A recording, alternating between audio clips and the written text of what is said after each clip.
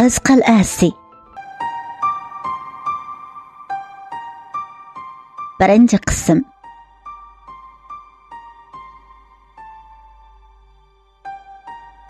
Necha soat ilgari simsim yomg'ir yig'ayotgan yomg'ir Dilara chechini yostib chiqqanida xeyli kuchayib qolgan edi.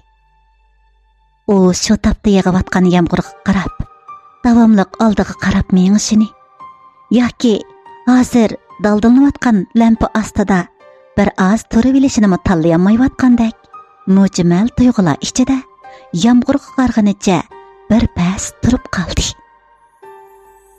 Necha minut o'tganligi noma'lum.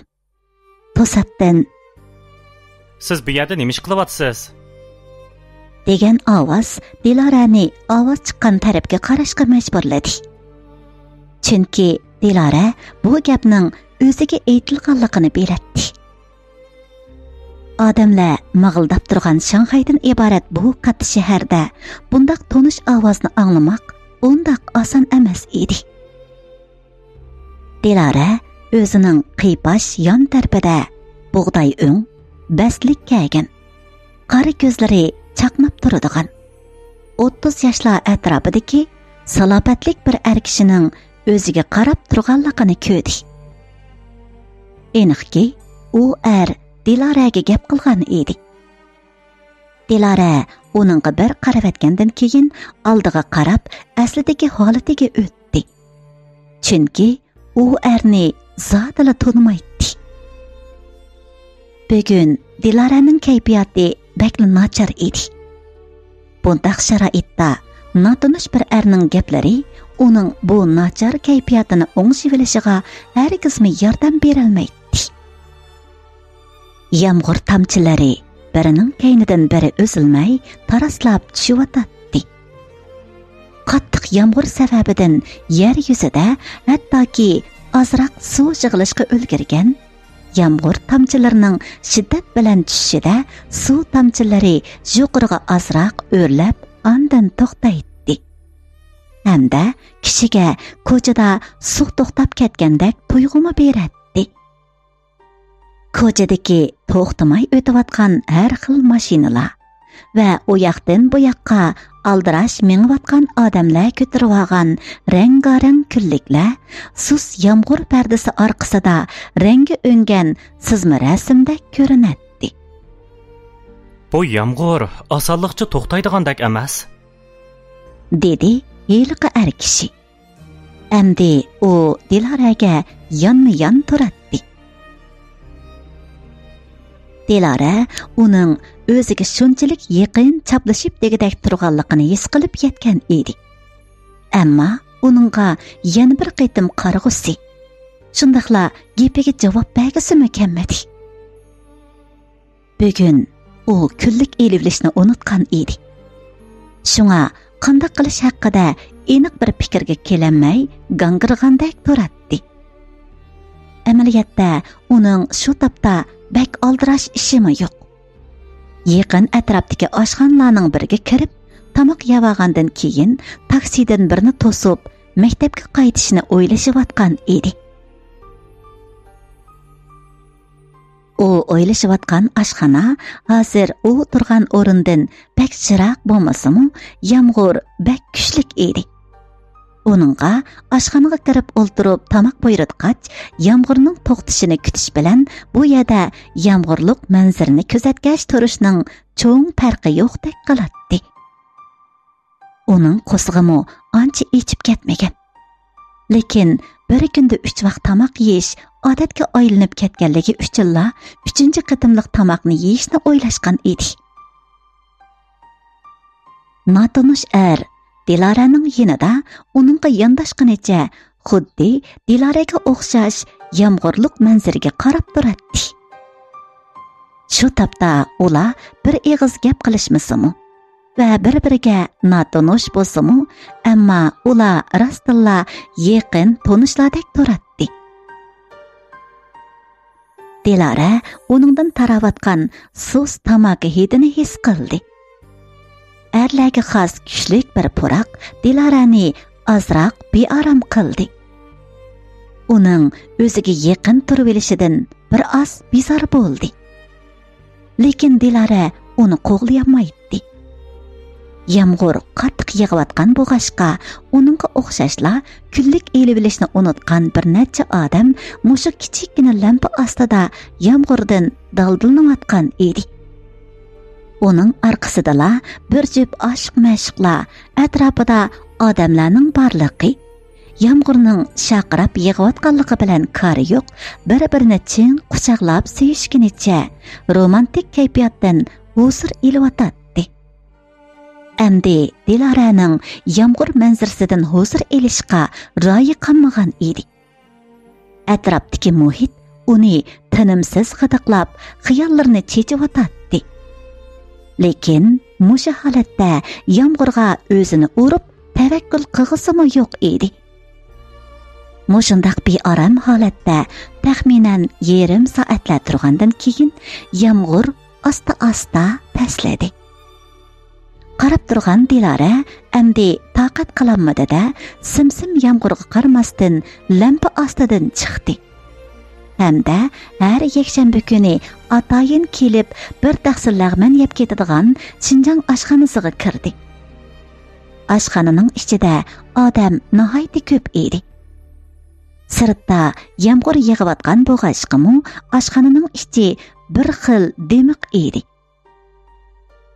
Dilara mulozimning boshlasi bilan cho'ng ko'chaga qaraydigan aynaklik tom yeniga qo'yilgan tomoq ustiliga kelib o'ltirdi. Uningdan ancha shiroq bo'lmagan joyda osti shumaloq, usti burmasaman. Yuqirlagan sari bag'ancha kichiklab mangadigan holatda loyihalangan beliqdan bo'lib, beliqdan ichida rang-garang dengiz beliqlari erinchaklik bilan o'sib yuratdi. Dilara tamoqqa chiqqicha bo'lgan arliqda beliqlarga qarab o'ltirdi. To'satdan yana shu ovoz uningdan "Bu yerda o'ltirsam bo'lamdi?" deb so'radi. Dilara beshini ko'tarib, boyqa arni ko'dida, adab bilan ostag'ina beshini ling'ishtirib qo'ydi. Ar uning qarshi tarafidagi o'rindiqda o'ltirgandan keyin nihoyat ozoda holatda ilgari keyin mengibmi, yana mush yerda uchrashib qoldik. Bumi bir taqdir, dedi. Dilara nima qilishini bilmay, uningga qarab qo'ydi. Buning taqdir bilan nima munosabati bor deb o'yladi. Uninggacha mulozim Dilaraning oldiga tomoqini akilib qo'ydi. Dilara beshini ko'tarmay tomog'ini yeyishga boshladi. Bu yerning tomoqi xeyli o'xshaydi ekan-a? Aniqki, bu gap Dilaraga qaritib aytilgan edi. Yomon emas, bo'p qo'ydi. Bu uning bu erga tunji qitim aytgan so'zi edi. Tamoq yeyotgan bo'g'ashqa deyolmay qiqilib ketgili tasliq qoldi. Darhalla beshini tiqib, tamoqini alman-talman yedi-da, sumkasini ko'targanicha o'rnidan turdi. Qaytamsiz? deb so'rag'inicha qiyib qoldi yiliqa er. Nimanda qiladi? Xuddi qasdan oqamga kirib olgandekla. Ya tanishmasak? deb o'yladi Dilara chiqib ketib. Rostini aytganda, erning bezangligidan bakli bezor bo'lgan edi. Tamoqxonadan chiqqanda yomg'ir butunlay to'xtagan edi. U taksidan birni to'sadi-da, maktabga qarab yo'l oldi. Bugun Dilaraning kayfiyati bakli nachar edi.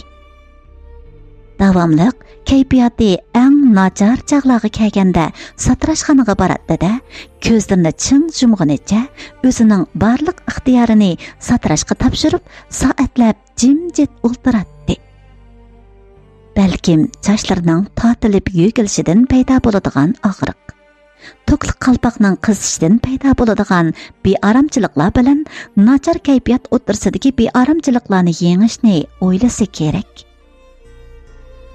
Atigan u opsi bilan telefonda paranglashgandan keyinla kayfiyati buzilib ketgan edi. Apisi onunğa dadısının kesellik ahvali ağırlaşqanlığını, dadısının bolsa davalanışqa berişini rədd qılğanlığını aytqan edi. Əməliyyatda bu davalashqa berishni rədd qilish ularning iqtisodining yetishmasligidan emas. Dadısının davalash jarayonidagi azob oqibatlarga, jafo mushaqqatlarga bardoshlik berish iqtidorining yo'qligidan edi. Dilara dadisiga bak amroq edi. Dadisimi Dilarani shundoq yaxshi ko'radi. Dilara obdan biladi. Dadisi yana davomli davolanishni rad qilsa, balkim hayoti uzunga bormasligi mumkin. Dilara taksidan tushib, amdala maktab darvozasidan kirishiga qayoqdandir do'sti Shamsiya yugurganicha uning oldiga keldi. "Voy, bugun ajabni izdatding-ku, Dilara," dedi Shamsiya hayajon bilan. Hamda Dilaraning o'zgargan choch posoniga qarab, asli choch jasad qilib beribsan-da. Kayfiyating yana nachar o'xshamamdi?" deb so'radi. Albatta, Shamsiya uning yaqin do'sti bo'lish sifati bilan Dilaraning har bir qitim kayfiyati og'ir darajada buzilgan chaqlarda choch yostadiganligini biladi. Bu balkim Dilaraning xumoriga aylangan. "Shundoq, chechimni yostib keldim. Meni izlaydigan jiddiy ishing bormidi?" dedi Dilara mundaqla. "Qara gapingni. Bugun degan yakshanba tursa, seni izlayman-da. Necha qatim telefon qilib bo'ldim. Telefoning etik. Ichim bek titildab ketdi. Odamni shundoqmi ansirtamsan deyman." Debli qo'ydi Dilara. U atdigalla kayfiyati buzilib, telefonini aytayotgan edi. "Menga deydigan bir gaping bormidi?" Bir xush xabar bor. Sana aytmay kimga aytaman?" dedi Shamsiya hayajon bilan. "Qachon bir yigit bilan tanishib olgan satoyliq," dedi Dilara. "Qandoq bilding?" dedi Shamsiya hayajonlangan holda. "Bu qitim qischa, uningdimi cho'ngroq xush xabar?" Dilara bu hissiyatchan do'stining yigitlarni xuddi kiyim almashtirgandek almashtirib turdig'ini biladi. Shamsiya tezlikda Dilarani chingida quchoqlab oldi. "Jinim adash, mencho bugun bek xushal. Bilamsan, ablikim bugun menga oxiri o'zining sevgisini izhor qildi." Shundaqmi? deb qo'ydi Dilara bir oz hayron bo'lgandek. Sen nima deding?" "Nima deydi?" "Albatta qo'shilaman-da, jonim. Mening uni qanchalik yaxshi ko'rdiganligimni sen bilasan-ku." "Shunchalik tezmi? Texi Anvar bilan ayrilib ketganiga amdila bir oy bo'lgandirsa." "Voy, qo'yg'ina uning gapini, kayfiyatimni o'chirmay," dedi Shamsiya Yevropacha po'sinda inchikka agma qilib yostavagan qoshlarini etib turib. "U degan qaysi vaqtdagi gap? Undaq o'jmi ko'ngil suyuqlarga tushib qolgan Shamsiya yo'q bir yerda. Texi meni bir qo'lida, boshqa qizlarni bir qo'lida o'yintaman desa, undaq oson ahmoq bo'lmayman-da uningga. Uningdan shundoq tezla osonla uzilishaldingmi?" "Albatta. Uning tatishqidek nari boddi. Bilasan-ku, birisidan ayrilib ketsam, shunchalik uzil-kesil ayrilamanki, hech nimasiga tatishmayman." "Qaltischisan. Birsini yaxshi ko'rsang, o'lgidek yaxshi ko'rsa. Uningdan voz ketsangmi, to'liq voz kechalaysa. Men sana haqiqatan qoyil." "Yey, odamni mazaq qilmasang-chu," dedi Shamsiya tumshqini ushlab turib. Oblikimni rostla bek yaxshi ko'raman. Umi meni yaxshi ko'rdiganligini, o'zidan meni ko'zitib yurganligini, men uchun barlig'ini qurbon qilishga tayyor ekanligini aytdi. Romantik muhabbat, dedi Dilara. Dilara bu do'stiga haqiqatan qo'l qo'yatdi va qoyil bo'ladi. Shamsiya xuddi guldan gulga qo'nayotgan kepinaklardek yigitlarni almashtirib turadi. Har biri bilan o'tdek kuyishadi. Orliqda uzoq vaqt o'tmay bir-biridan bezor bo'lishib, yana boshqa birsini topadi. O'tmishdagi har bir muhabbat kechmishi uning keyingi muhabbatiga hech qanday ta'sir ko'rsatmaydi. Uning muhabbat psixikasidagi bu sog'lomligi Dilarani hayron qoldiradi. U Dilaraning dal aksichi edi. Dilara hozir 21 yoshga kirdi. Oliy maktabning 3-yilligida o'qiydi. Biror yigit bilanmi rasmiy yo'sinda aralashib boqqani yo'q. Shamsiya bilan ikkisi kichigidan boshlab birga o'ynab cho'ng bo'lgan saboqdoshlardan edi. Shamsiyaning deb berishicha, Shamsiyaning tunji muhabbat tarixi 16 yoshidan boshlangan. Toki hozirgacha uning muhabbat tanlash safari oyoqlashgani yo'q. Har qitimda bu oxirgisi bo'lsin deb o'ylaydi-yu, ammo bu yana oxirgisi bo'lolmaydi. Ba'zida u Shamsiyaga havas qilib qoladi. Bir qitimliq muhabbat tarixini og'irlashtirib, qilcha azoblanib yurmay, yana bir muhabbat tarixini yep-yangi holatda boshlay olishi Dilaraga nisbatan haqiqatanmi oson emasdek tuyuladi. Dilara o'zining bak chiroyli ekanligini biladi. Uning 1.70 dan oshadigan bo'yi, bir muzikantdan o'ta usulchilarga bakrak mos keladigan jazibdor qomati, suzuk bug'doy o'ng terisi, intayin qo'yiq va tabiiy bo'dir chochlari, bo'libmi qayrim kirpiklar orasidagi ham cho'ng, ham nurliq bir jup shahlo ko'zlari bir qarg'an yigitlarni yana bir qarashga majbur qila oladi. Hozirgacha uningga sevgi xati yozgan, orqasidan o'zilmay agishib yurgan, qo'g'lab yetishamagan yigitlar xeyli bor. Lekin Dilara qalbidagi bir yo'shirun soya tufaylidan hozirgacha biror yigitga ko'ngil bergani yo'q. U hamisha qaddini tik kirib yurganicha yigitlarga nazar ko'znimi solmay yashamoqda edi. Unda qilma Dilara, deydi Shamsiya.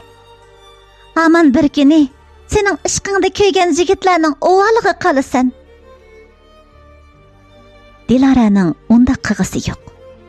Kishilik hayotni yolg'iz besib bo'lolmaydiganligini biladi.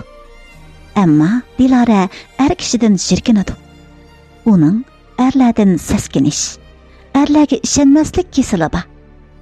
Buningga dadasi sababchi.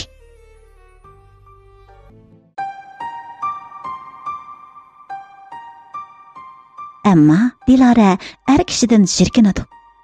Uning erlardan saskinish, erlarga ishonmaslik kesili bor. Buningga dadasi sababchi.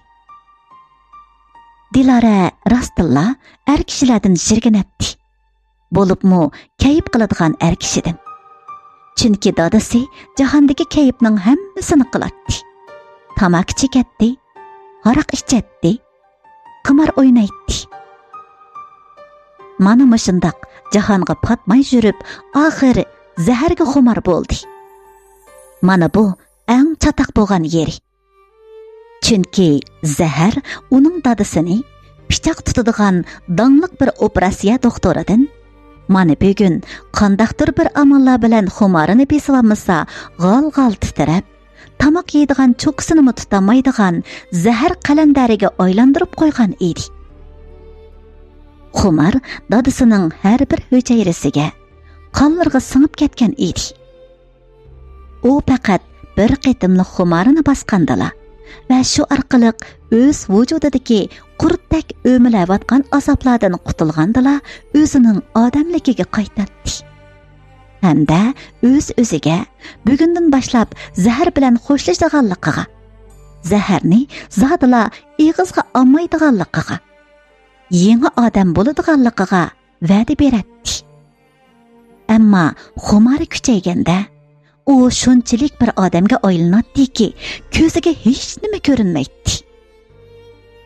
Uni ko'z qarchig'idek atovarlab cho'nqilgan eng amroq ota-onasi, o'zi tanlab olgan sevgan ayoli, eng aziz ko'radigan qizimu uning bu xumorini besishiga yordam berolmaydi. Tomirlarida tömənləgən qurutlar onun so'ngaklarini g'ajilayotgandek, qonlarini sho'rayotgandek, ich bag'rini taraf-tarafga tortayotgandek cheksiz bir azobda qiynaladi. Ayolining yalvurishlariga, ota-onasining ko'z yoshlariga, qizining miskinlik bilan qarashlariga parvoma qilmasdan ashu xumorning quli bo'lib uydan chiqib ketadi. Her bir qitimli xumar uni boshqaradi. Ashu xumar uning vujudini ko'ydirib o'tib ketgandan keyin u yana qilmishlariga pushaymon qilishga boshlaydi. Pushaymon qilgan sari yana xumari tutadi. Andin qaysi bir joylarda masxush holatda yetib qoladi. Yoki ko'chalarda daldangshiginicha uyni izlab mangadi. Uning ayni shilladagi qomatlik, tik gavdasi egilgan, suzuk chiroyi ko'kargan, ko'zlari nursiz holatda, chiroyidan o'zimi tushuntirib berolmaydigan dilg'ulilik chiqib turadi. Dilara esini bilgandan tortib, ularning iqtisodiy sharoiti bakla yaxshi edi. U azaldan moddiy jihatdagi yo'qlikning nimaligini bilmaydi. Çoğ dadisi bilan çoğ apisi nahiyadagi danglaq doktorlardan bo'lib, pensiyaga chiqib olgandan keyin o'z oldiga shifoxona ochib olgan. Kirimi to'limi yaxshi edi. Dilaraning dadisimi ota kasbiga varislik qilib, doktorlikni o'rgangan. Apisi bo'lsa sestra edi. Ularni bir jamoat doktorlar deyishga bo'ladi.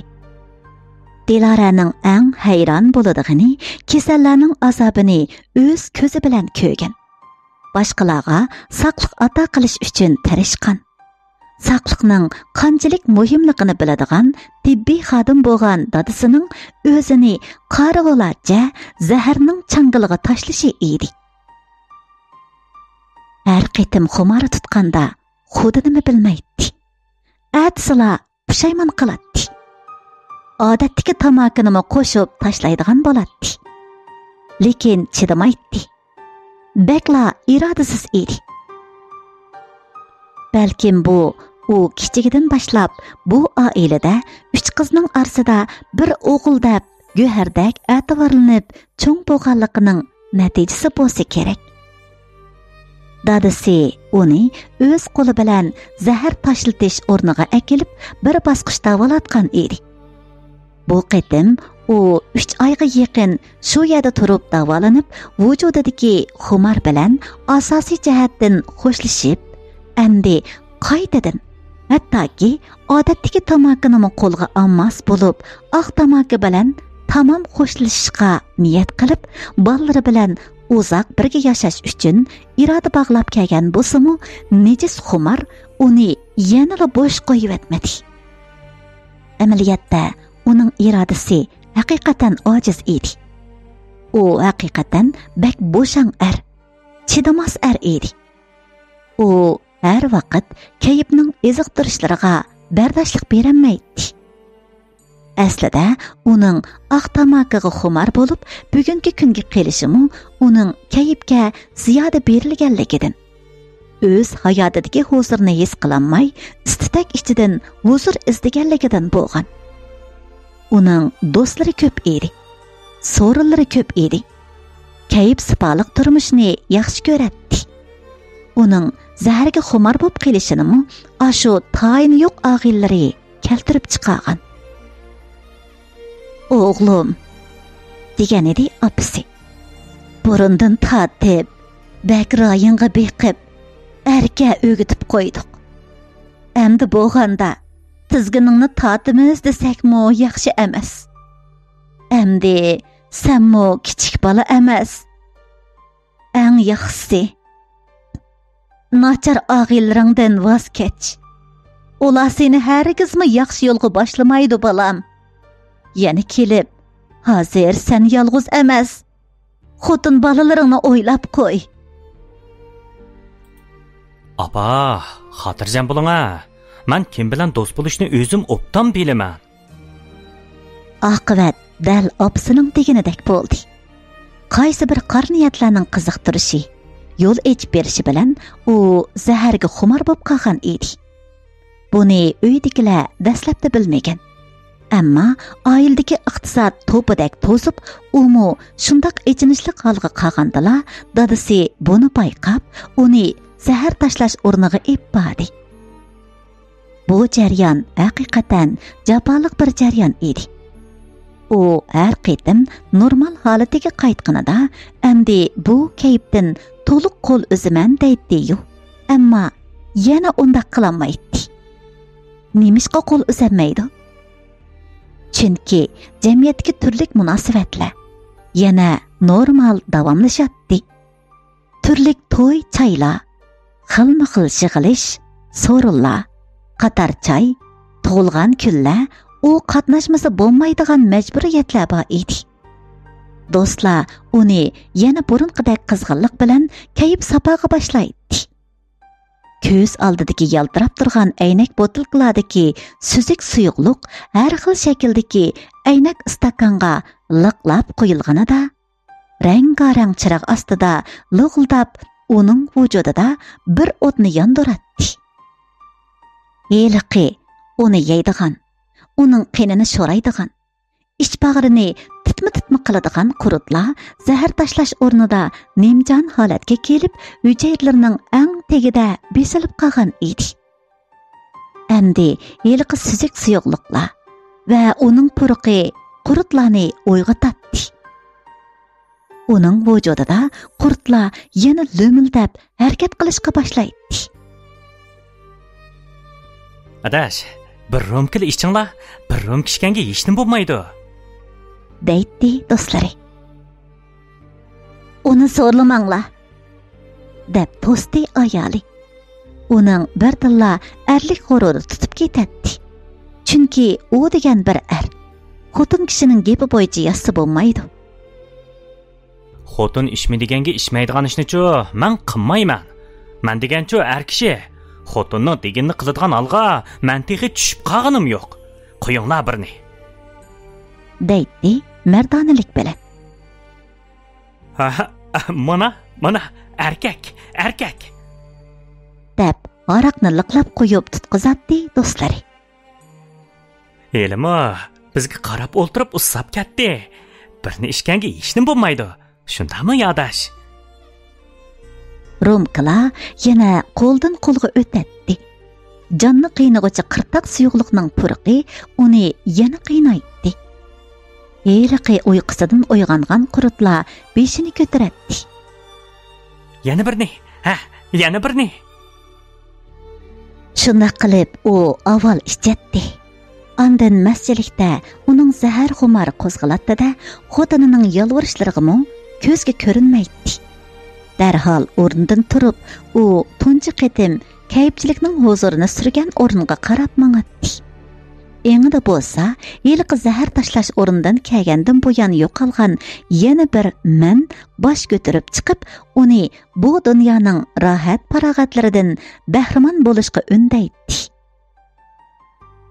Necha soatlardan keyin xumardan chiqqan u xuddi yeniklab qolgandek, osmonda uchayotgandek yengil va rohat holatga o'tadi. Uzoqdan beri ichirqab turgan hujayralari attirguldek uning ichida po'raklab ichilatdi. U ashu holatiga qaytib kirganida ayoli Gulsira uningdan xafa bo'ladi va ta'na qiladi. Canınızga içiniz ağrımamdı sizning, ha? Can sizning. Ağrımasa, nemi qılğınızı kəs qılın. Endi men sizni hergiz tosumayman. Voy, ajab to'liq ko'tildavading. Jon deganchu, mening jinim. Qayerda jinim rohatlandi, qayerda jinimga jafo solaman. Bu deganchu mening ko'nglimga ayon. Eng yaxshisi, sen xotin kishiligingni qil. Bu yerda mening ishimga aralashma. Bildingmi? Shundoq. Men sizni hech nima qilolmayman. Sizga jon kerak bo'lmagandikin, oilangizga kerak bo'lmagandikin, ko'nglingiz xalqingizni qiling. Tani gaplardan u ochchig'ida o'rnidan turib, yana bir qitim eshikni jalaqlatib yopganicha chiqib ketadi-da, xotini bilan qasdan qerishib, yana kayib surgilamoqdi. Ondan atisi chiroylari boshqacha holatga keladi. Mushundaq ahvollar takror yuz beradi-da, shuning bilan uning zaharga bo'lgan chanqashlarini kuchaytib, zahar tashlash o'rnida nimjon bo'lib, eng ojiz holatga tushib qolgan yiliqi bir to'p qurutlar endi qaytadan terilgan edi. U yana zahar tashlashdan burungi ahvoliga qaytgan. Hatto ahvoli uningdan og'ir edi.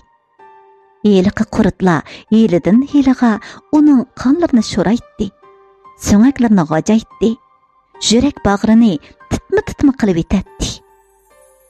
O amalsiz yana aşı qurutlarni beqishga majbur bo'ladi. Har bir qitim xumardan chiqqanda badanidagi yiliqi bir to'p qurutlar usulga tushadi. Uning vujudi cheksiz huzurga cho'madi. Bara qurutlar tirildi, ko'paydi, nafsimi yo'g'inashga boshladi. Endi ular bir qitimlik chekimlik bilan to'ymaydigan holatga yetdi. Endi u toki vujudidagi aşı millionlagan qurutlar qinib usulga tushganga qadar chekmisi bo'lmaydigan holga yetdi. Agar bir qitim xumaridan chiqmagan kuni yiliqi qurutlar uningga zodala aram bermaydi. Uning so'ngaklarini g'ajalaydi, uning o'pkalarini teshib etadi, uning oshqoznini tishlaydi, uchay bag'rini har tarafga tortadi. U amalsiz aşı bir chekim uchun taraf-tarafga mengishga to'g'ri keladi.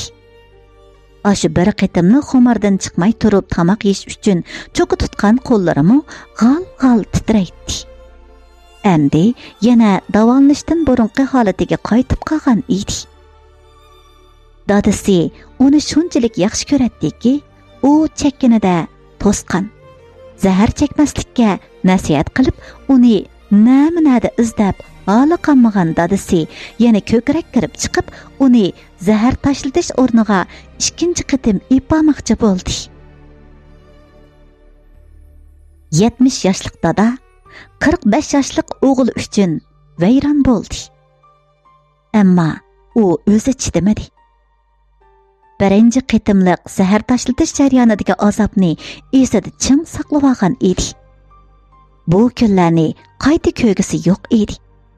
Vujudida qutirayotgan million qurutlarning tishlashlariga u endi bardashlik berolmaydi. Bormayman. Bu qitim basam, men rostilla o'lib qolaman, dedi u dadasiga. Dadaning ko'zlaridan taramlab yosh to'kildi. O'z hayotida talay bo'ron chapqunlarni beshidan o'tkazgan, talay kulfatlarga duchor bo'lgan.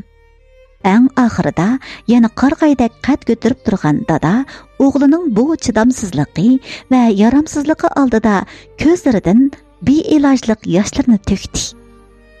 O'zining yaxshi dada bo'lolmaganligi uchun, o'g'lini yaxshi tarbiyalamaganligi uchun, endi bo'lganda o'g'lining o'zini nobud qilishi oldida chorasiz qolganligi uchun yosh to'kdi. Apsi yosh to'kdi. Bir dalla o'g'lim deb ko'z qarchig'idek asrab, to'g'ri yoki xato ish qilsin, uni qo'llab, erga qo'yib etib, o'g'lini o'zi nobud qilganligi uchun yosh to'kdi. Gulzira yosh to'kdi. O'zining umrlik hamrohining, hayotidagi birdan bir erning, yashash uchun hamma nimasi tal, yaşamaslıqqa bahanası yo'q bir erning o'z-o'zini nobud qilishining sababini tushunmay yosh to'kdi. Yerim umri uning bilan o'tdi. Lekin texicha tushunmadi. Uningga yolvirdi, yig'ladi, erkilabmi baxdi. Qilmaganlari qilmadi. Ma'qul deydi. Ammo va'dasida turmaydi. Dilara yosh to'kdi. Suyimlik dadisining uni erkiltadigan, osmondagi oyni elib bermoqchi bo'ladigan, qizining yosh to'kishiga chidamaydigan, qizini yomonlardan qo'g'dashni o'ylaydigan, qiziga cho'qim zahar tashlaydiganligi haqida talay qitim va'da bergan. Ammo va'dasiga amal qilolmay, qizining yuziga qaramaydigan. Ammo chekib kirib, yana qiziga va'da beradigan dadisining kesilidan ansirab yosh to'kdi. Oningcha bo'lganda zahar bak qo'rqinchli edi. Zahar chekkan teg'imi qo'rqinchli edi. Aslida zahar chekkan erning qalbidami muhabbat bo'ladi. Ota-onasini, ayolini, farzandlarini so'gidi. Ularga muhabbat ata qilg'isi. O'zining ular yo'langidek, ular ishongidek bir ekanligini isbotlag'isi keladi. Ammo zahar bir alvastiga o'xshash uning qinidan, vujudidan g'ururini, nomusini, erkakligini hamma nimasini ep ketadi. Uningda qilib qolgani faqat bir chekim zahar bilan o'zini xush qilayotgan bir nimjon tan. Zaharning bu oilaga ep kelgan kulfatlarini so'zlab tugatkili bo'lmaydi. Ko'z yoshlar bilan juyilgan talay kechalar buningga guvoh bo'la oladi. Endi chekmang. Sizdan o'tinib qolay. Nima desangiz shuni qilay. Zaharni tashlang. deb yalviratdi ayoli Gulsira. Asli olimning maqsadimi Gulsirani o'ziga hamon bir kuni bo'ysundirish, o'ziga yalvirg'izish edi. Ammo u hozir Gulsiraning yalvirishlaridan xo'shallik topolmaydi. Ayoliga qarab ichi og'riydi. Uning yig'lamasligi uchun uningga va'da beradi. Ammo va'dasini ishga oshirolmaydi. Jinim balam, çekme. Sen çekmesanlar, nemi deysan şunu qilay. Deydi dadasi. Uning dadasig'imi ichi og'riydi. Dadasi yuvosh odam edi. Ah ko'ngil edi. Kishiga azor bermaydi. Hech kimga yomonlik qilmagan edi. Qaysi xatoligi uchun bu qismatga do'char bo'lganini bilmaydi. Erni qilganmi xotin, yer qilganmi xotin. Olimning zaharga mushundaq berilib, mushu kunga kelishida sizningmi savalligingiz bor? Bir ernimi o'ngshab tutamay deb ochchig'ini chiqaratdi qaynopasi Gulsiraga qarab. Gulsira qaynota qaynonasining oldida tatarganicha jimjit o'ltiratdi. To'g'ri deydi. Savallik menda deb e'tirof qiladi u.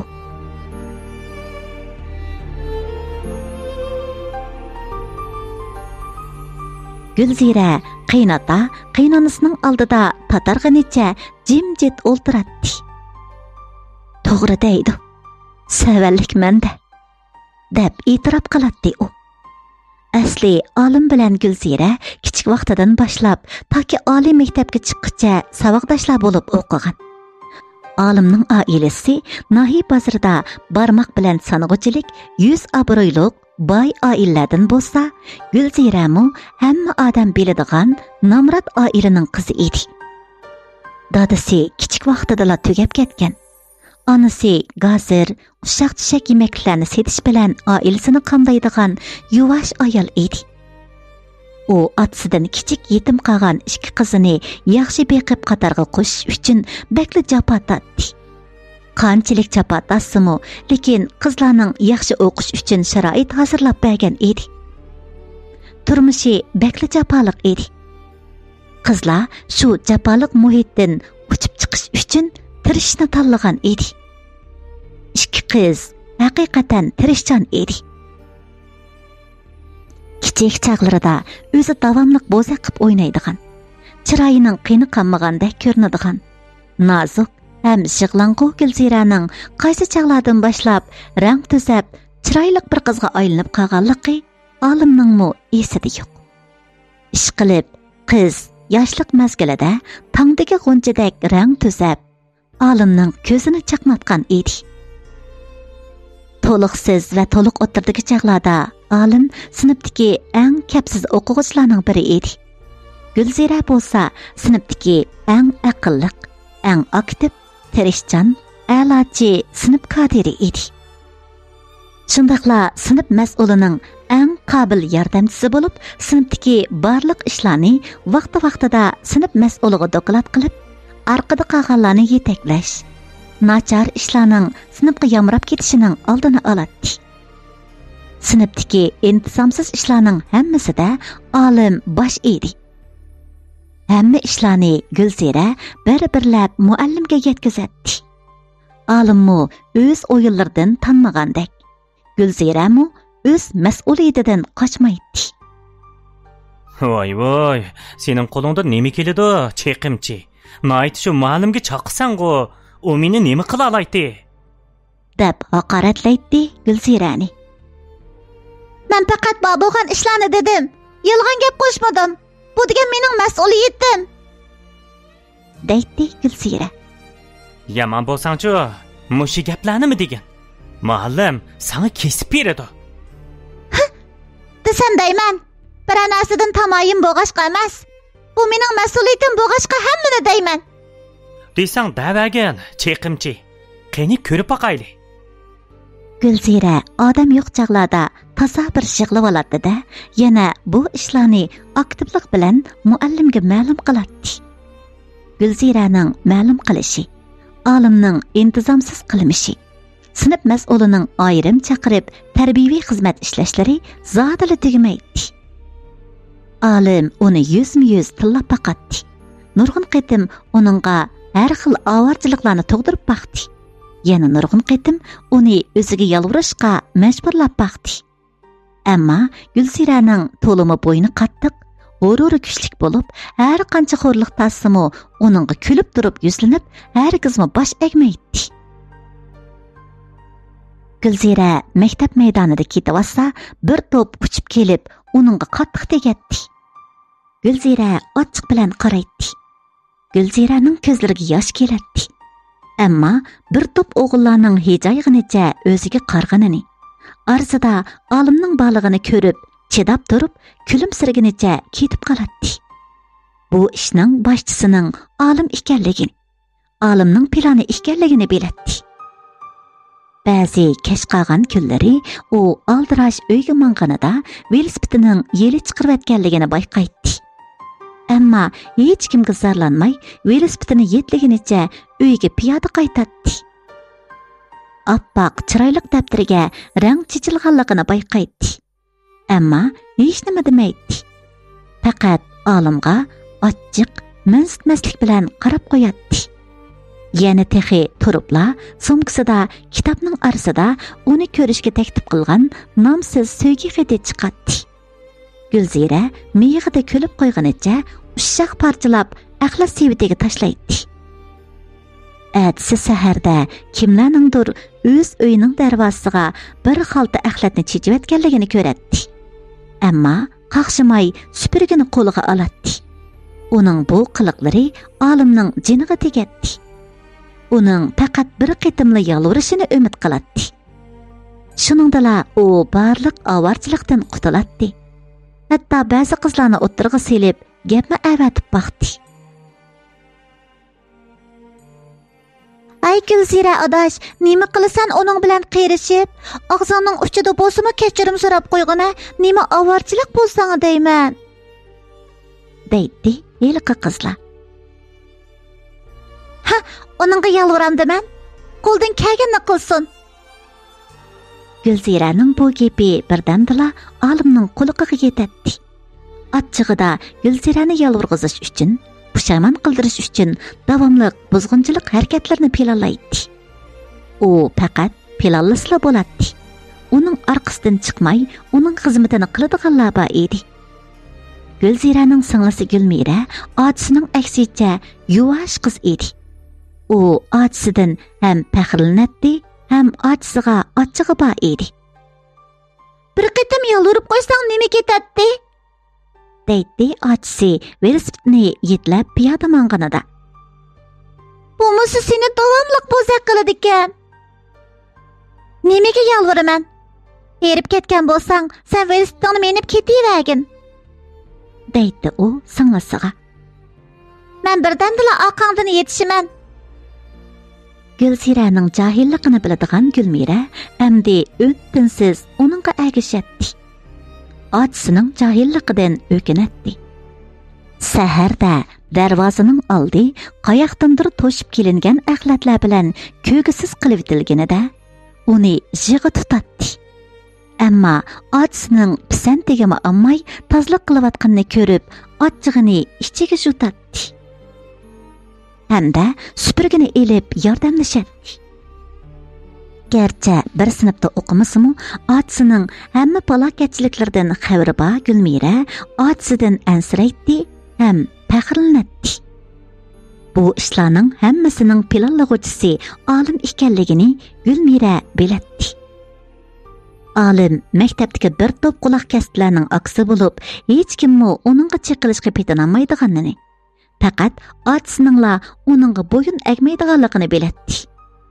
Uning olimga bir tetitib qo'yg'isi, otasiga chiqilmasligi, azar bermaslik haqida uningga eskartgisi keladi.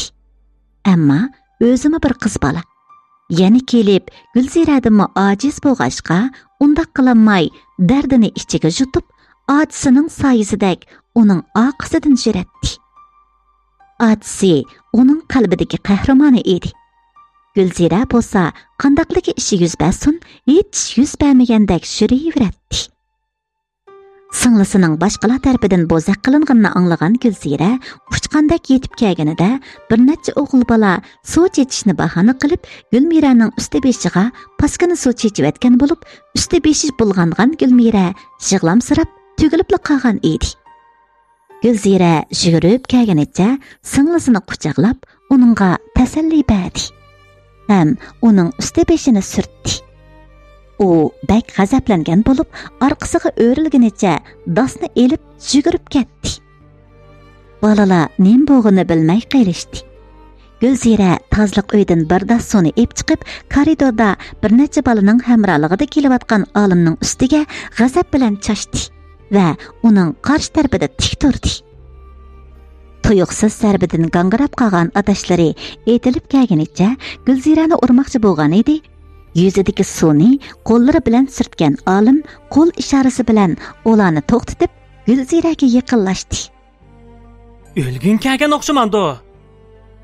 O'lsammi, sendek nomarddan yaxshiman, dedi Gulzira uningga g'azab bilan tikilib. Anglab tur. Endi singlimni bo'zaq qilsang, sana jinimni tikib qo'ydim.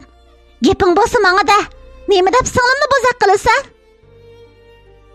Gulzira shundoq deganicha orqaga o'rlib mangdi.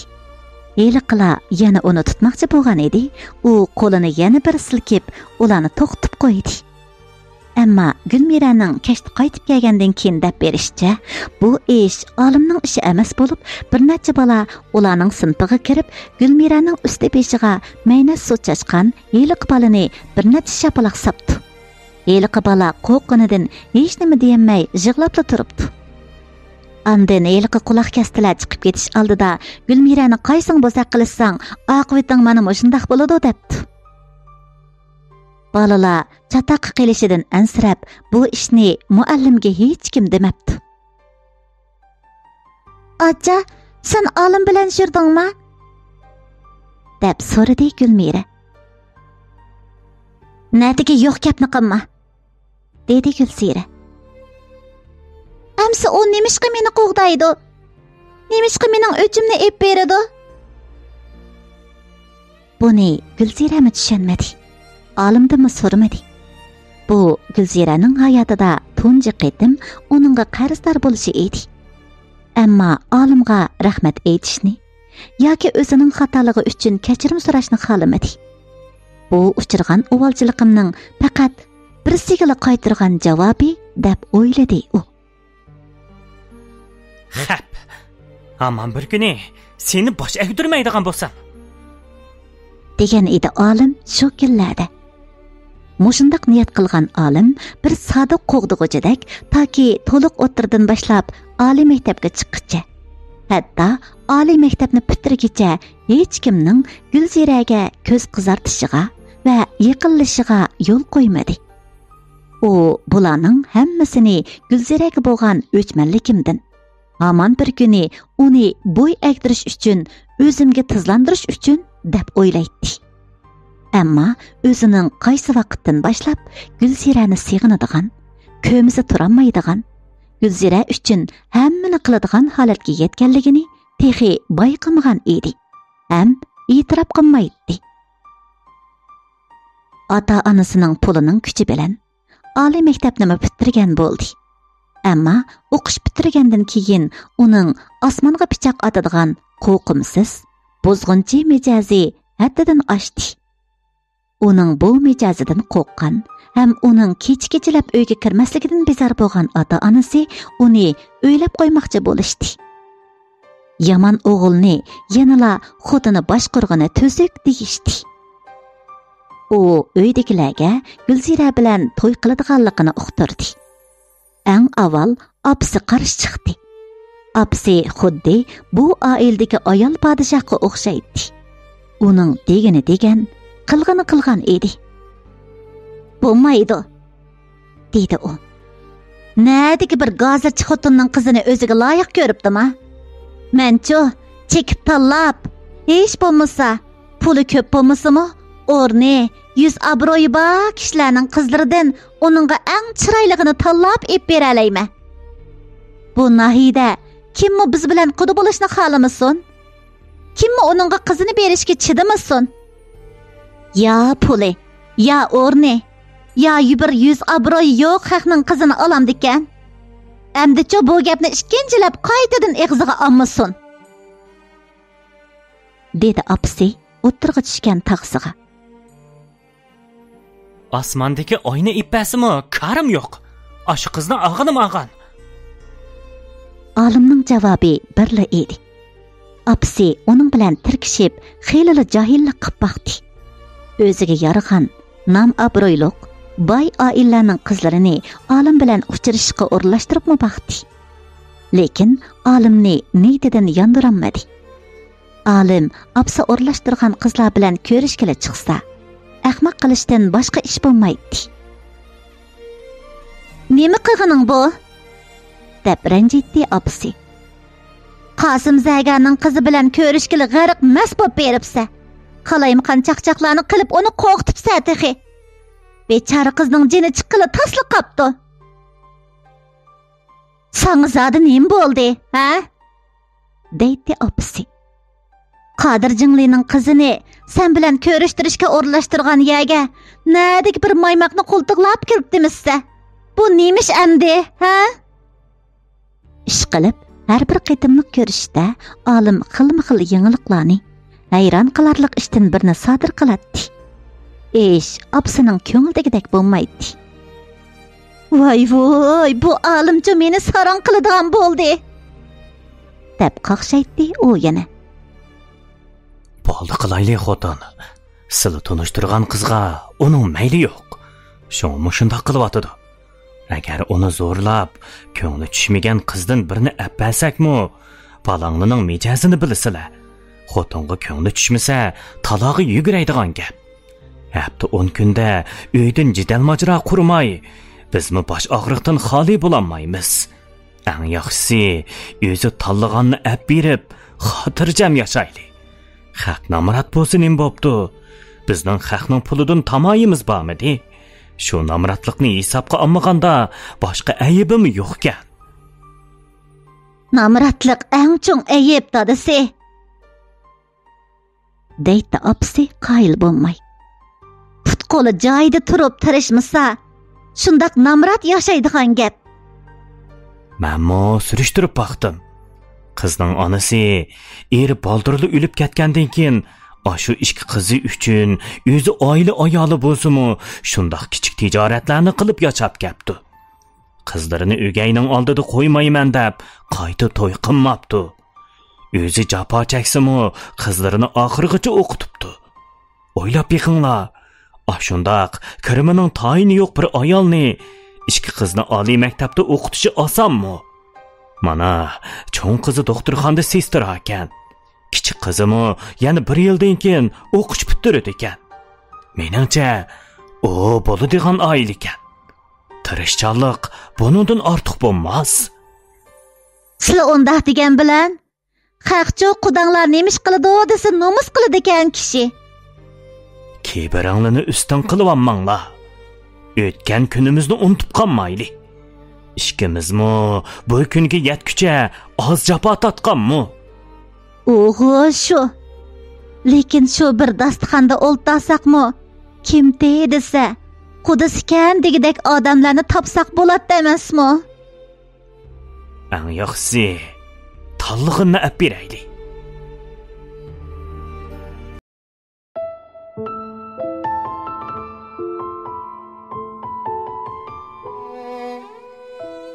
Qiz qal'asi. Eng yaxshisi tanlig'ini olib beraylik. Olimning opasi birdilla o'zining yoshlik chaqlarini eslab qoldi. Demisimi, u bir chaqlar qanchalik jafoliq chaqlar edi. Ular to'limi oddiylar to'y qilishgan. Hozirgi to'ylarning hashamatchiligi oldida uni to'y degilimi bo'lmaydi. Ammo biraqur usta-bosh bilanlar oddiy uyga kirib, baxtli bir oilaning egisi bo'lib yashagan bir juftlar bir umr baxtlik yashab, bir necha bolaning ota-onasi bo'ldi. O'z kuchiga tayinib, tirishib, yaxshi kunlarga erishdi.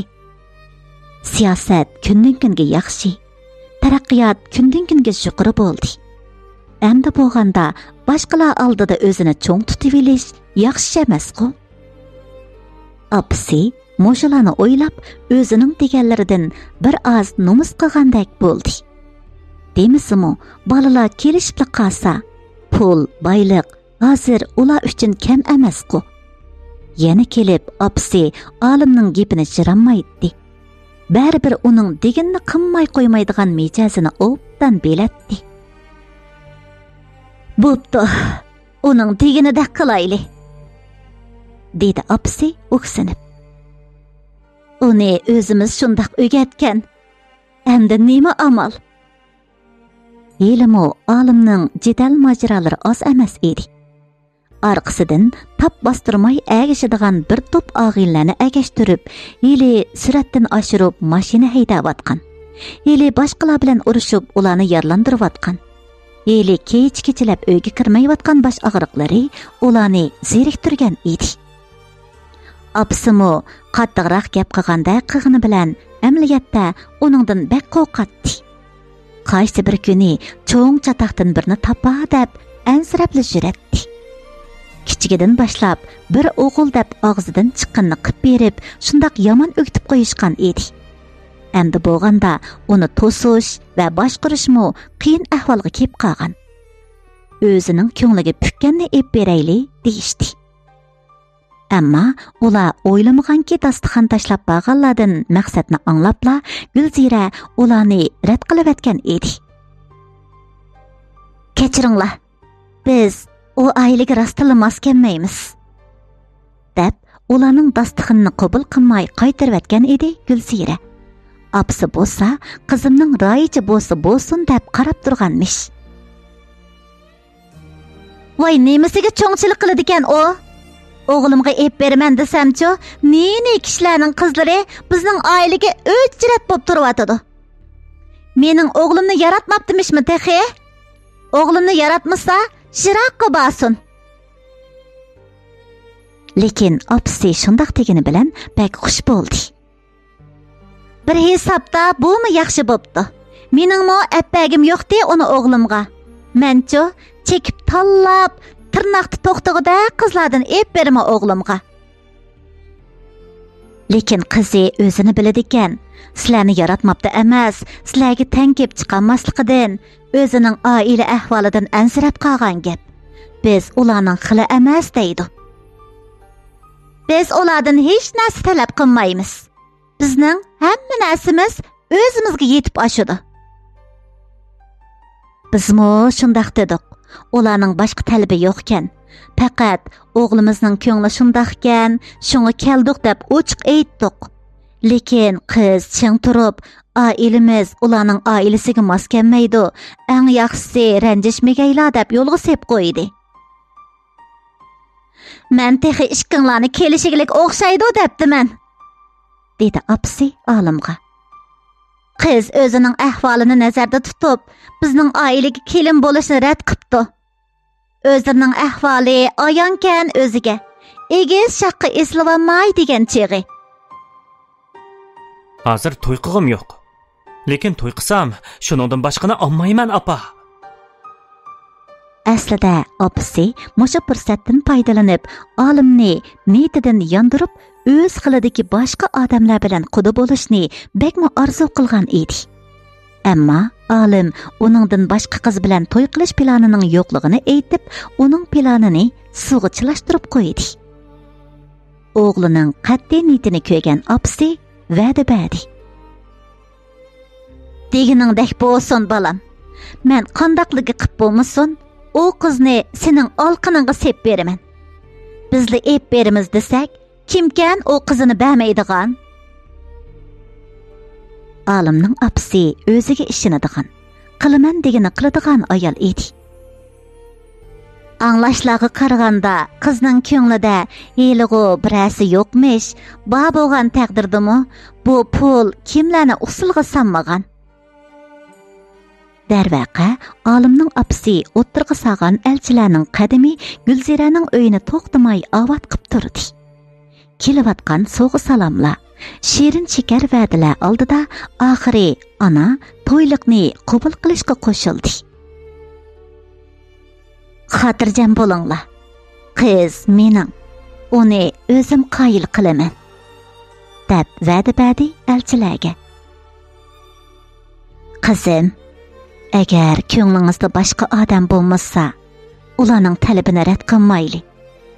Ular yuz obro'yliq, boy-bayashat oila.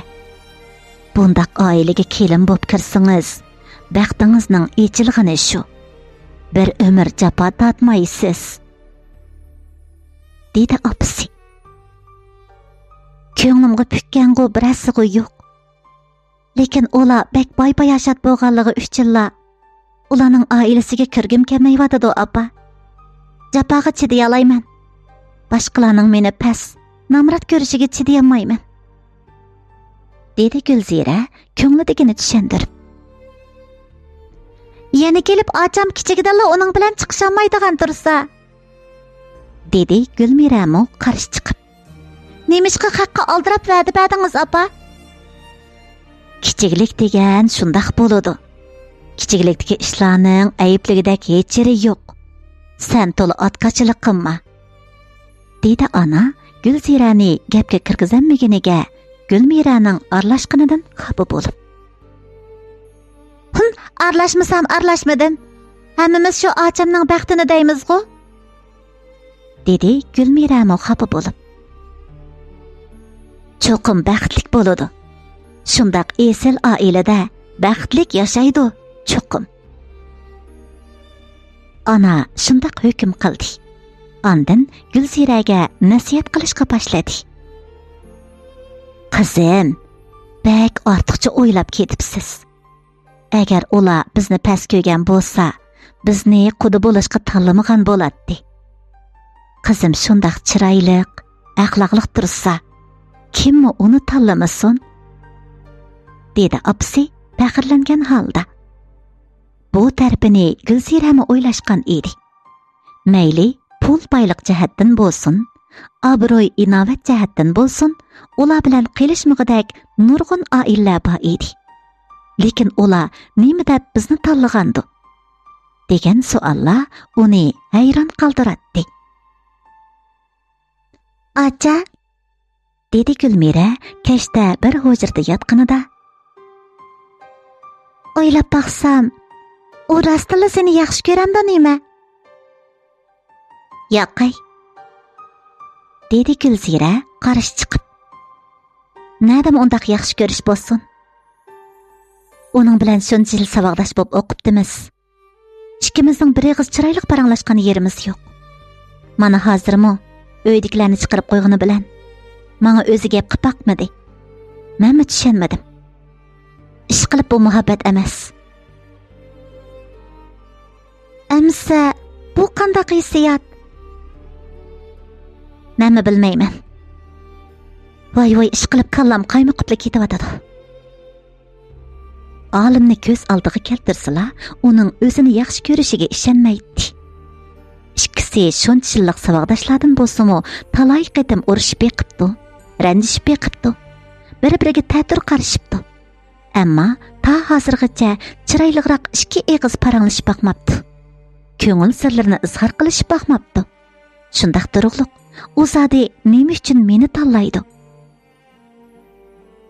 O chaqlarda Gulzira bakla kichik edi, sodda edi. Muhabbat haqidagi qarashlari yuzaki edi. Texi odamlarning muhabbatni ifodalash shaklining o'xshash bo'lmaydiganligini tushunmagan edi. Ba'zilar muhabbatni tatliq so'z va illiq muomalalar bilan ifodalaydi. Ba'zilar chiroyli sovg'atlar bilan, ba'zilari samimiyati bilan, yana ba'zilar muhabbatlik ish harakati bilan ifodalaydi. Lekin uni bo'ysundirish olimning muhabbatni ifodalash shakli edi. Buni u chaqda Gulzira texi tushunmagan edi. Keyinmi uzoq yillargacha tushunishmay, bir-birining ko'ngillariga rohat beg'ishlamay, ko'ngillar bir-biridan suv ichmay o'tib ketgan edi. Olim oilasidagi elchilarning qayta kelishi, opsining to'xtamay nasihat qilishi bilan oxiri Gulzira bu to'yga qo'shildi. Hatto to'y g'idi og'ili chiqqandimi, olim to'y g'idini elibla aldirash ishi borligini bahona qilib, qizni tashlab ketib qolgan edi. Uning orqasidan ma'yus qarab qolgan qiz kelgusini tasavvur qilishdan qo'rqqan. To'y to'limi hashamatlik va dag'dug'liq o'tkazildi. Gulziraning opsimi qizining obro'y inovati uchun nihoyat zo'r kuch chiqarib, ularning oldiga yaxshi chiqdi. Qiz yenida o'ltirgan mushu muzdek erning o'z eri bo'g'inidan xush bo'lishinimi yoki xafa bo'lishinimi bilinmadi. Ammo baribir uning qonunliq ayoliga aylangan bu kunlarda pushaymon qilish va asrat chekish bir behuda ish bo'lishi mumkin. Eng yaxshisi bak ko'p o'ylamagan tuzuk. Olim uzoq yillardan beri o'zi bilan qaydishib kelgan, uning gapini anglamaydigan, tik turib uningga qarshilik bildira oladigan, uni rad qila oladigan mushu qizning o'zining ayoli bo'lganligiga chin bitkinida vujudida g'oliblarcha bir tuyg'u bosh ko'targan edi. Uning kelishgan qaddi qomatidan sirt bir o'yinchi begzada bo'lish sifati bilan, boy-bayashat oilaning boyvachchi bo'lish sifati bilan, dangliq oliy maktab bitirib, nahiyadagi ko'zga ko'ringan doktorxonaning operatsiya pichig'ini tutadigan dangliq doktori bo'lish sifati bilan nurg'un qizlar uningga oshiq edi. Uning bilan bog'larga, tog'larga, klub, aramgohlarga billa bag'inidan faxrlanib, azroq ichvagan olimning qilgan ikki eg'iz shirin shakar so'ziga erib ketib, o'zining iffat nomusini shunda qadr qimmatsiz uningga sovg'a qilayotgan qizlar ko'p edi. Ammo olim atsila ulardan yuz o'raydi. Xuddi arada hech bo'lmagandek parvosiz muomala qiladi. Ularga qayt qarmaydi. Ba'zi qizlar uzoqcha qo'g'lishib beqib, amalsiz jaraqlashadi. Ba'zi qizlar dardini ichida bilib, nafrat bilan yig'lig'inicha qoladi. Balkim u Gulziraning shu bo'yni qattiq, kishiga yolvormaydigan, bir umr erimaydigan muz ekanligidan iborat tarbiyaga oshiq bo'lgan bo'lsa kerak.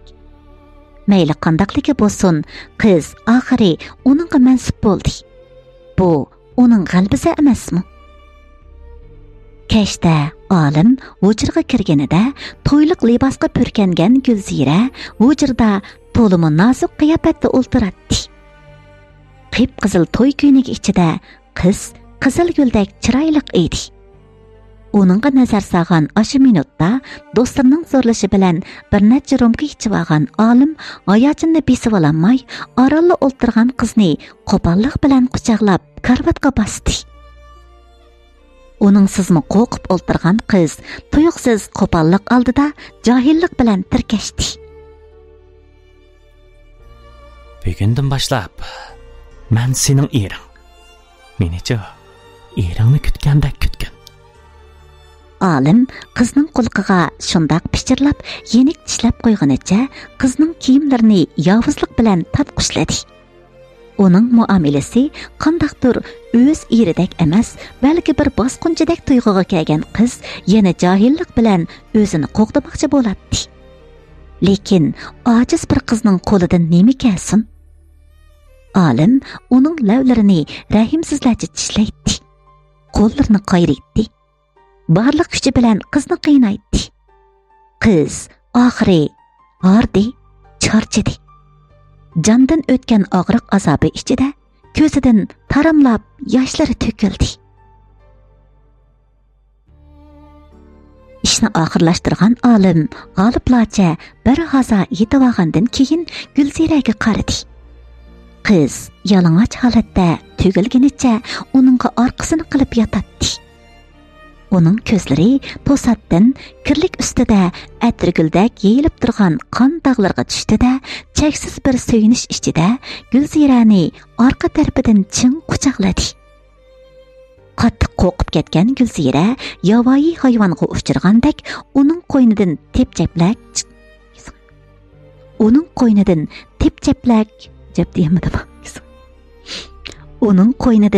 tepchaklab chiqmoqchi bo'ldi.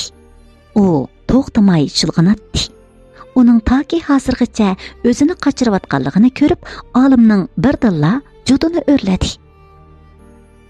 Gulzirani ching silkishligicha bag'riga bosdi. Gulzira qanchalik qilsa-mu, uning chanqilidan qechib qutlanmaydiganligiga ko'zi yetgan bo'lsa kerak, jimib qoldi. Uning bu rayish muloyim turqi olimni yana bir pas hayajonga selib, yigitlik qonlarini qizitdi. Olim yana uningga tashlandi. Qizning yalvurishlarini anglash uchun eng qo'pol harakatlar bilan uni azobladi. Qiz rostila yalvardi. Ko'zlaridan taram-taram yosh to'kdi. Eng oxirida olim huzur ichida uni chin quchoqlab uyquga ketganida qiz xuddi hech nimani sezmagandek haykaldek ifodasiz yotadi.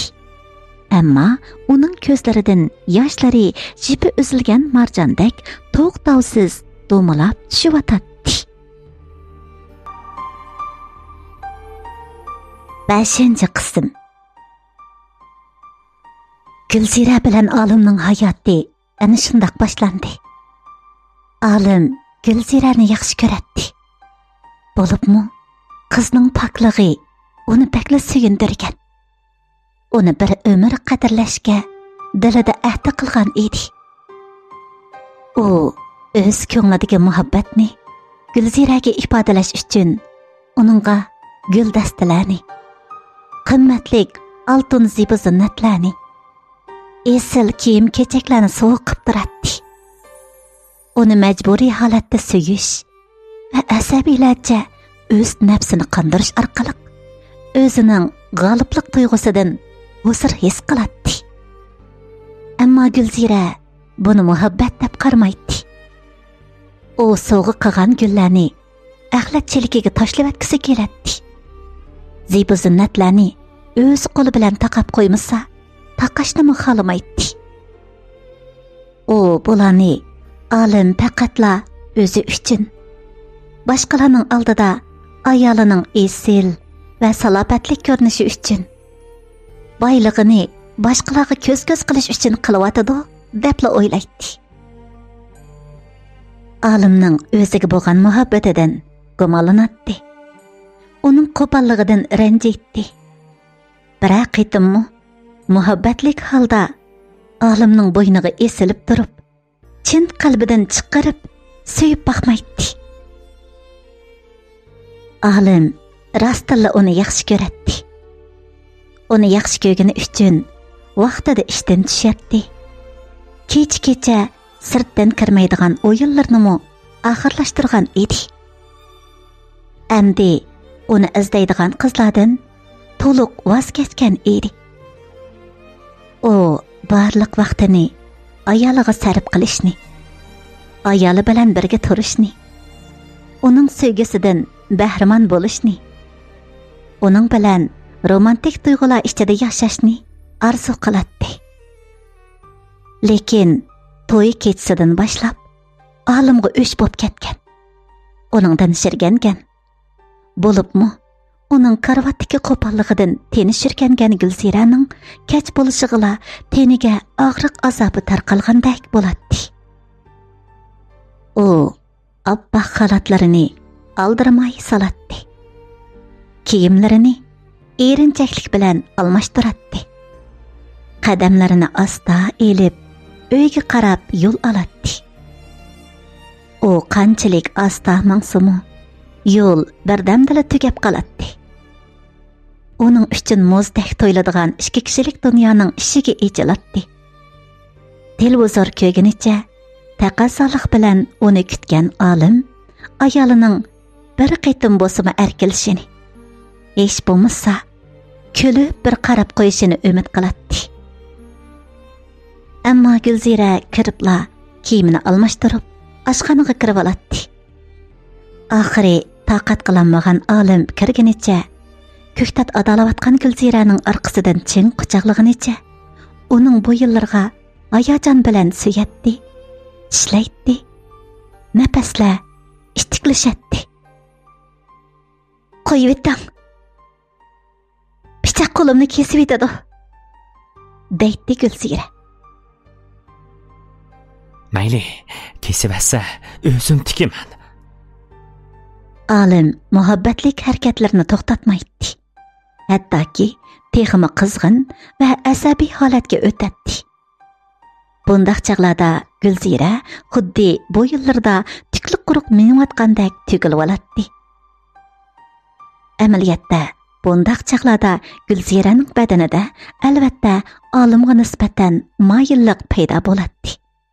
Ammo buningga tan bermaydi. O'zining nozik hissiyotini oshkorlashni xohlamaydi. Yo'q, bu bakshirganishlik. Bu mendagi xato tuyg'u deb o'ylaydi.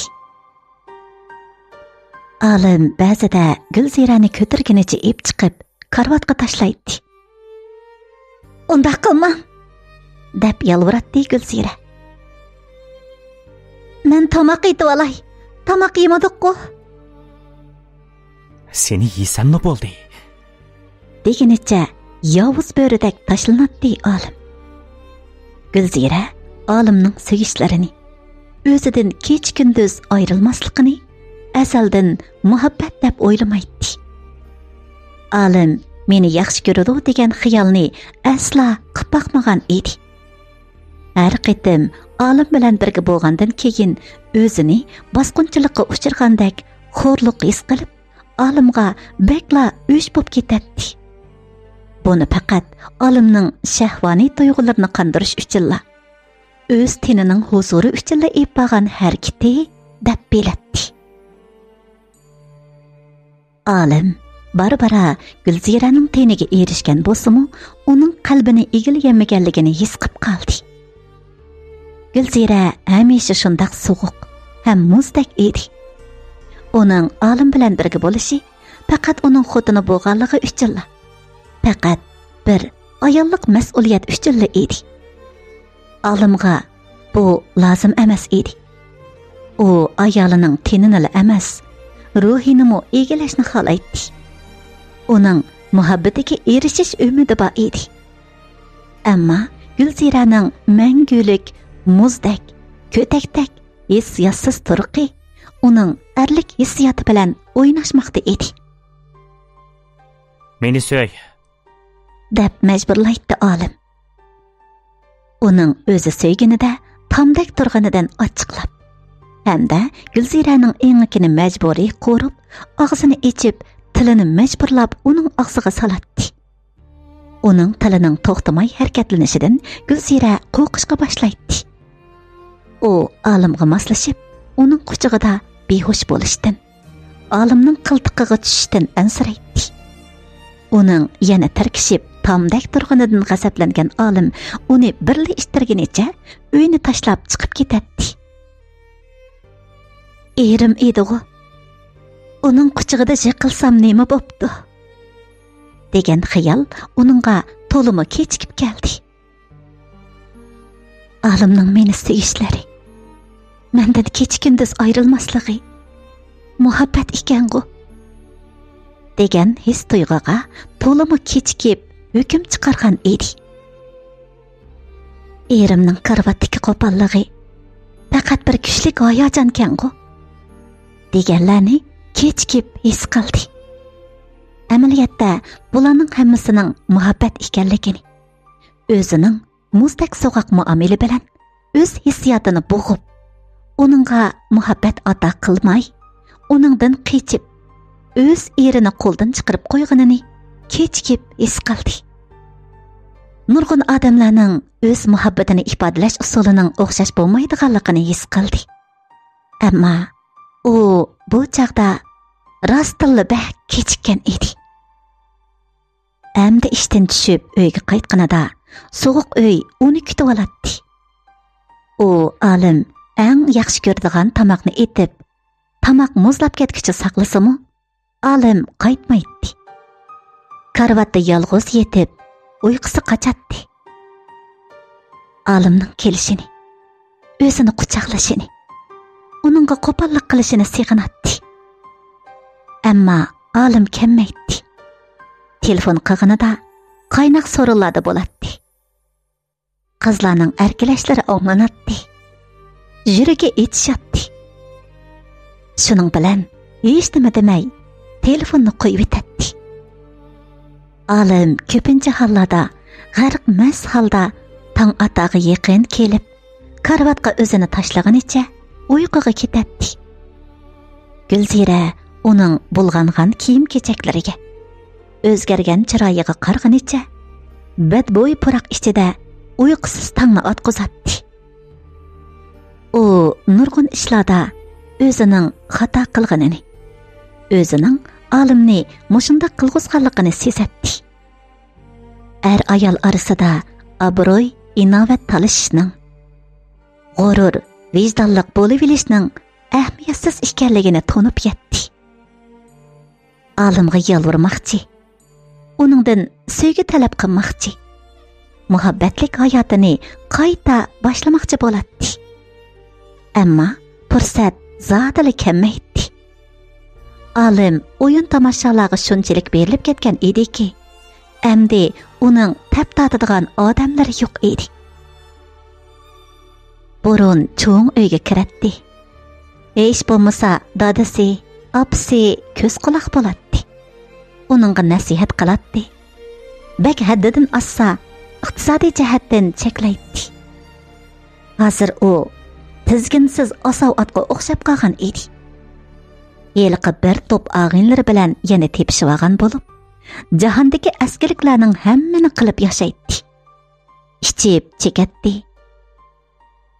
Gulziraning faqat teninla ato qilib sevgisini bermaganlik, uni haqiqiy bo'ysundiramagani uning g'ururiga tegatdi-da, Gulziradan o'ch elish uchun boshqa qiz cho'kanlar bilan birga bo'ladi. Qasdan u telefon qilganida ayollarning ovozini anglatib, ayollarni chimdab chiqiritib, Gulziraning ochig'ini keltirish orqali ichini bo'shatdi. Bugun Gulzira bakla xo'shal edi. Tekshirish natijasiga asosan o'zining amildor bo'lganligiga jazmlashtirgandan keyin bu xo'shallikdan olimni bahramand qilish, mushu xo'shallik orqali olimni qaytadan uyga qaytarishni, uning muhabbatiga qaytadan erishishni orzu qildi.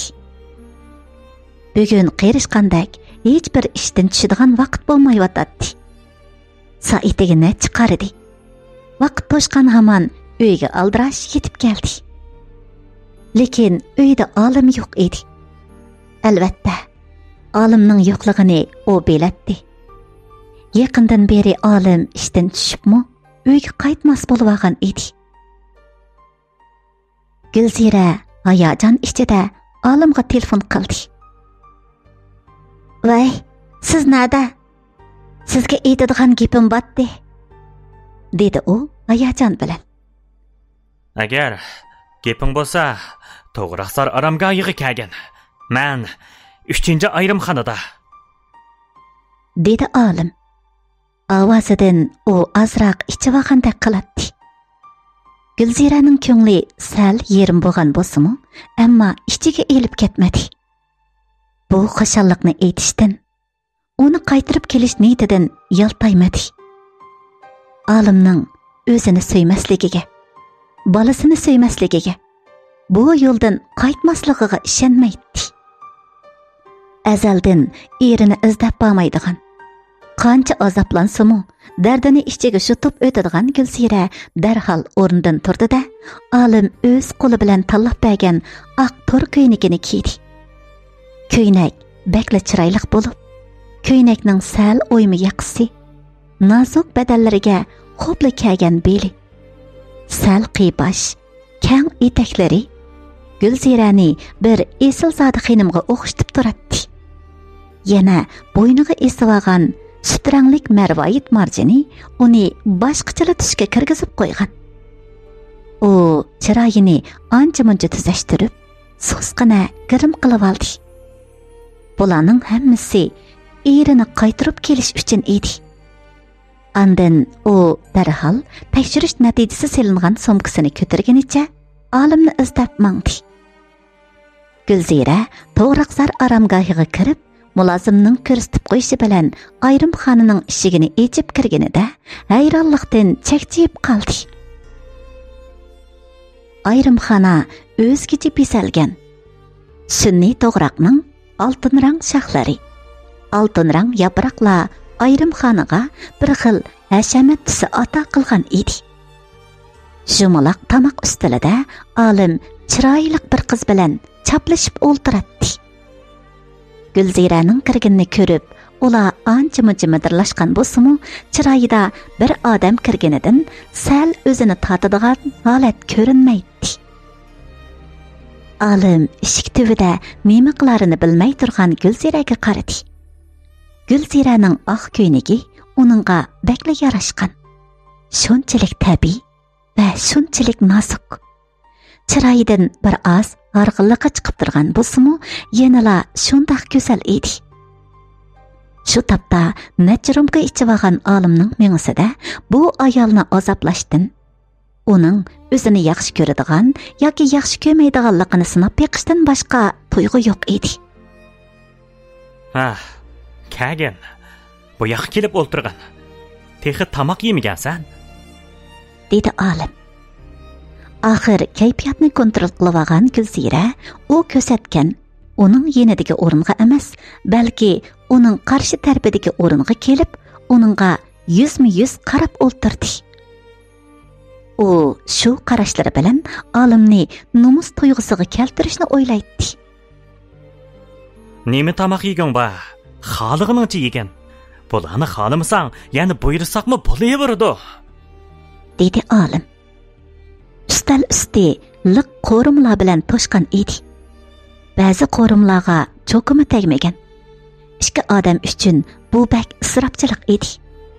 Lekin Gulziraning shu topda tamoq ustiliga qarasalar ko'ngli ilishadi. U olimga qaradi. Olim azroq ichib olgan. Chiroylari qizarib ketgan edi. Garchi Gulzira kirgandan keyin u o'zini roslavagan bo'lsa-mu, uning yanida o'ltirgan qiz texicha olimning beqinidan chiqmay, uningga chaplashib degidek o'ltiradi. Ularning turqiga qarab seskinib ketayotgan bo'lsa-mu, ammo yanala o'zini besib olishni qaror qildi. Qaytib ketaylik, olim. Uyimizga ketaylik. Men bundaq yerda tamoq yemagidakman. Bu qandoq ekan? Sen tamoq yemagidak, dedi olim sal tatirib. Baya gapim bor deb o'tatding-ku. nima gap edi? Aytib, men hozircha qaytmayman. Bu alpozidan qaytadigandak emas edi. Gulzira tekshirish natijasi bor sumkasini chingida mijiqlab qo'ydi.